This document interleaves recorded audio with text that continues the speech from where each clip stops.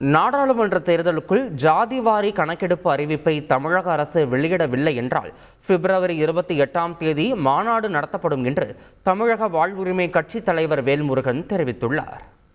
தமிழக அரசு உடனடியாக சாதிவாரி கணக்கெடுப்பை நடத்த வேண்டும் என்ற வேண்டுகோளை முன்வைத்திருக்கிறேன்.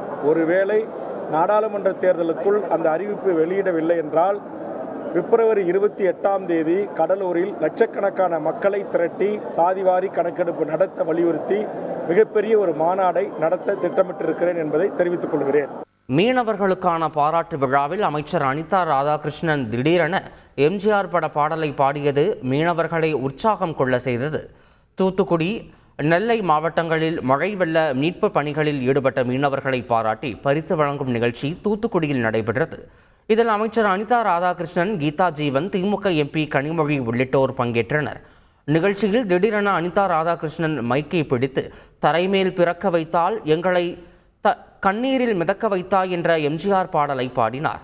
இதனை கேட்டு மீனவர்கள் கைத்தட்டி ஆரவாரம் செய்தனர்.